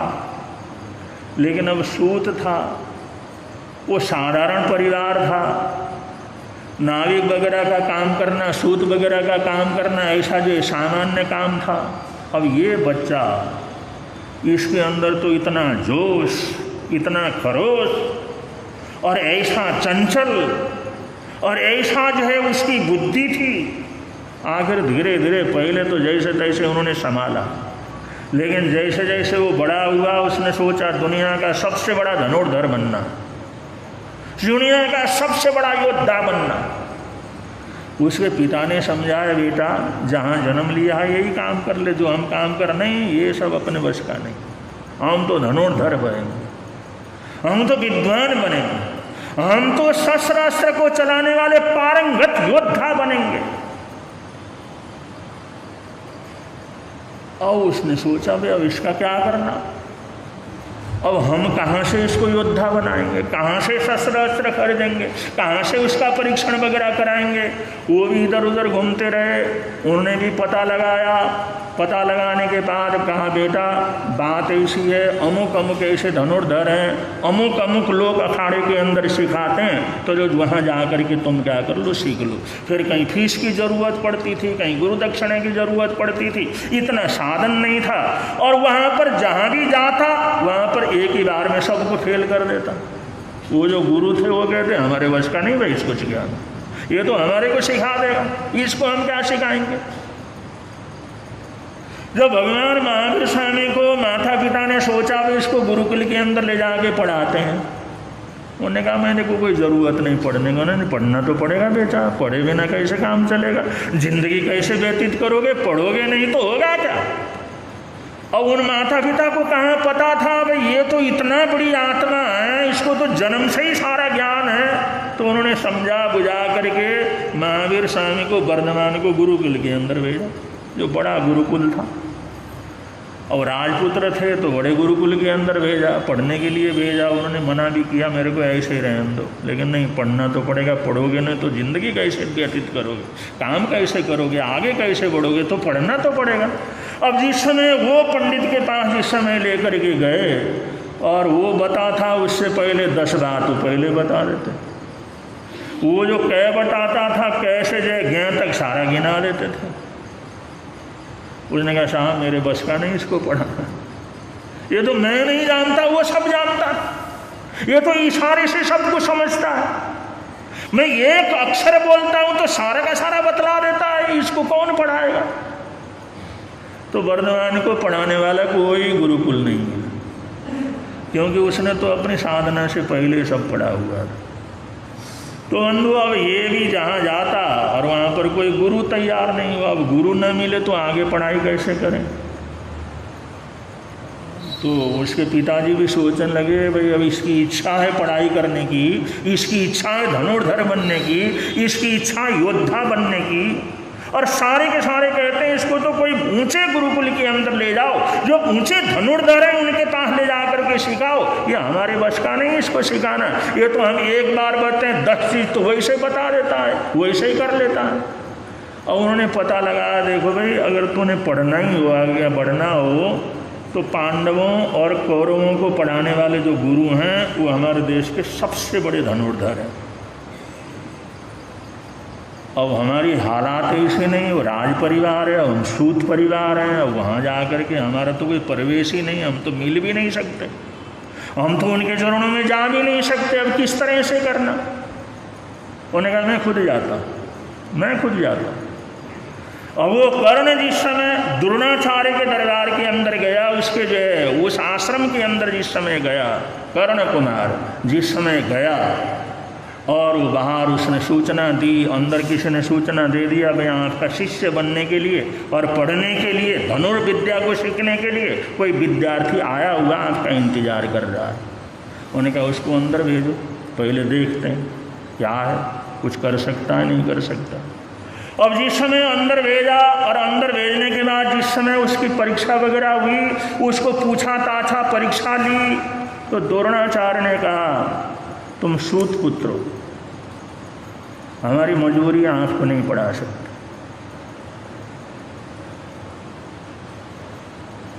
इसमें क्या मजबूरी, आपके इतने शिष्य हैं, एक मेरे शिष्य, मेरे को भी बना लो आप। लेकिन अब पता नहीं किसके पास क्या क्या मजबूरियां रहती हैं। द्रोणाचार्य ने कहा कि मैं तुम्हारे को शिक्षा नहीं दे सकता। उन्होंने कहा मैं सूत हूं या सूत के घर में मैंने जन्म लिया है, इसलिए आप मेरे को नहीं पढ़ाएंगे। उन्होंने कहा सूतोगा सूत पुत्रोगा। द्रोणाचार्य के सामने बोला मैं सूत हूं या सूत पुत्र हूं। सूतोगा सूत पुत्रोगा योगा कोगा भपाम्यम, या कुछ भी हो दुनिया के अंदर, किसी भी जाति से हों, किसी भी कुल से हों, किसी भी परंपरा से हों, किसी भी तुच्छ से तुच्छ परिवार में मैंने जन्म लिया है। दैवायत्तम कुले जन्म देना तो दैव के वश में है, लेकिन मनायत्तम पौरुषम, मेरे पौरुष करना ये मेरे हाथ के अंदर है। मेरी परीक्षा लेकर के देखो। अब जिसने गरज करके उसने बोला, द्रोणाचार्य ने हाथ जोड़ दिया, मैं तो तेरे को शिक्षा नहीं दे सकता। उन्होंने सोचा मैंने अर्जुन को ही जो वचन दे रखा, वे तेरे को सबसे बड़ा बनाऊंगा, ये तो नहले में दहला कर देगा। अभी आया ही है, अभी इसके तेवर ऐसे हैं, अब सीखेगा तो क्या होगा, संभालेगा कौन। और अर्जुन का क्या होगा, उसने कहा हम नहीं पढ़ा सकते। अब बंधु कभी कभी पढ़ने वाला बहुत जो है रुचिकर रहता, पढ़ाने वाला मिलता नहीं। कहीं कहीं पर पढ़ने वाले सब साधन मिल जाते हैं, सब पैसा मिल जाता है। पिता कहता है जितना खर्च हो मैं करूंगा, पढ़ ले, लेकिन अगर पढ़ने का मन ही नहीं करता, पढ़ने का मन ही नहीं करता। उन्होंने कहा अच्छे से अच्छे स्कूल में, कॉलेज में तेरे को भेज देता हूँ, अपने बस का नहीं पढ़ना, हम तो दुकान में बैठेंगे, पढ़ाओ। और पढ़ने का है अब मन ही नहीं है तो कैसे पढ़ाएगा। और किसी को पढ़ने की रुचि है और उसको इतना है रुचि, लेकिन अगला कहता हम नहीं पढ़ा सकते तुम्हारे।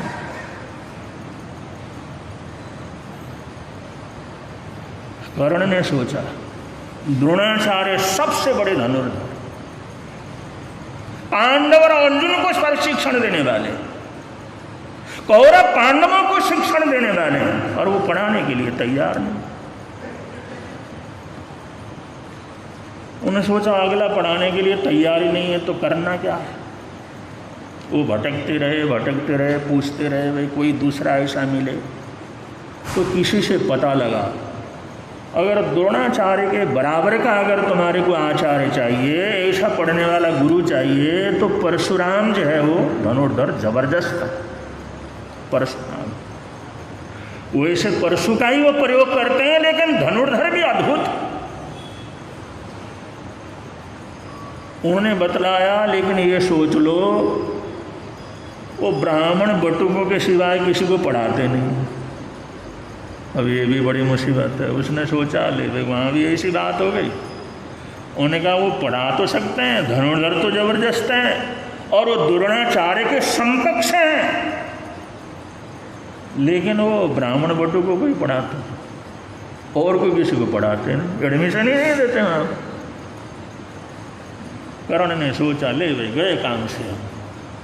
अब बड़े बड़े जो आचार्य हैं, बड़े बड़े इनके गुरुकुल हैं, अब हम पढ़ना चाहते हैं, हम सीखना चाहते हैं, हमारे अंदर योग्यता है, हमारे अंदर सब कुछ कर गुजरने की ताकत है, लेकिन वो पढ़ाने के लिए तैयार नहीं। तो कर्ण ने एक ब्राह्मण कुमार का वेश बनाया, ब्राह्मण बटुक का, और ये परशुराम के आश्रम में गए। उन्होंने सब पता लगाया कि ब्राह्मण बटुक को क्या क्या सीखना पड़ता है, क्या क्या बोलना पड़ता है, क्या क्या मंत्र का उच्चारण करना पड़ता है। वो सब बुद्धि उसके पास बहुत थी, दिमाग उसके पास बहुत था, सब तैयारी कर ली। उन्होंने कहा कुछ भी पूछेंगे वो सब हम पूरी तरह से बता देंगे, हम ब्राह्मण बटुक, हम ब्राह्मण पुत्र हैं, हम सब कुछ जानते हैं। वो तैयारी करके जिस समय गया और देखा वेशभूषा क्या ब्राह्मण बटुक का है, और जिस समय ये हुआ पढ़ना चाहता है। अब जैसे परशुराम के पास गए, परशुराम ने एक बार पूछा, 2 बार पूछा, 4 बार पूछा, वहाँ तो वो तैयार होकर के गए थे, पहले बता दिया था अपने गुरुजी को, द्रोणाचार्य को उसने मना कर दिया, तो सूतपुत्र है। अब ऐसी हालात के अंदर अपने को भी तो कुछ न कुछ करना पड़ेगा। तो उसने ऐसा वहाँ पर ब्राह्मण बटुक का जो है उसने वेश बना करके गया, वो सारे प्रश्न का ऐसा जवाब दिया, उन्हें कहा आज से ही तुम्हारी शिक्षा प्रारंभ कर देते हैं। तो कर्ण ने जो शिक्षा पाई, कर्ण ने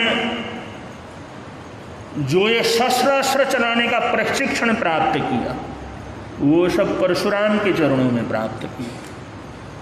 मैं कह ही रहा था, ज्ञान की भूख होती है, ज्ञान की प्यास होती है, लेकिन वो ज्ञान प्राप्त करने के लिए बड़े ठोकरें खाने पड़ते हैं, उसको पढ़ाने वाला, ज्ञान देने वाला मिलता नहीं। बहुत बार साधन बहुत मिल जाते हैं लेकिन कोई अपनी इच्छा ही नहीं होती, मन के अंदर भाव ही नहीं होते ऐसा मैं कर लूँ। तो इस दुनिया के अंदर बड़े ही बड़े जो है ऐसे रुकावटें हैं, बड़ी बड़ी रुकावटें हैं, बड़ी बड़ी परेशानियां हैं। और वहाँ पर कर्ण ने वो विद्याएं सीखी, इस तरह से सीखा, उसके जितने भी जो है उनके शिष्य थे, बड़ी संख्या में शिष्य थे, लेकिन अव्वल नंबर के शिष्य हुए तो कर्ण शिष्य हुए। उनको प्रधान शिष्य की उन्होंने घोषणा की और कहा मेरे साथ हर जगह पर कर्ण जाए, यही बटुक जाए। उन्हें पैसे वालों को सबको क्या कर दिया, पीछे कर दिया। उसकी योग्यता थी, उसकी सामर्थ्यता थी, उसने अपनी योग्यता से, अपनी बुद्धिमत्ता से, अपने विनम्रता से, अपनी सेवा से पूरी तरह से वहाँ जो है ये जो परशुराम थे उन्होंने कहा भाई मैं जहाँ भी जाऊँगा सेवा के अंदर यही शिष्य रहेगा। अब जिसने गुरु के दिल को इस तरह से जीता हुआ हो उसके लिए क्या कमी रहने वाली थी। लेकिन ये तो निश्चित है कि योग्य शिष्य का मिलना भी बड़ा कठिन काम है, तो योग्य गुरु का मिलना भी बड़ा कठिन काम है। और जब तक सुयोग्य नहीं मिलते तब तक जो है सफलता के शिखर पर कोई पहुंच नहीं सकता। टाइम हो चुका है, आगे का प्रकरण आगे बतलाएंगे, बड़े प्रेम से आप लोग बोलेंगे। मिलता है आनंद प्रभु की वाणी से, मिलता है आनंद प्रभु धर्म लगता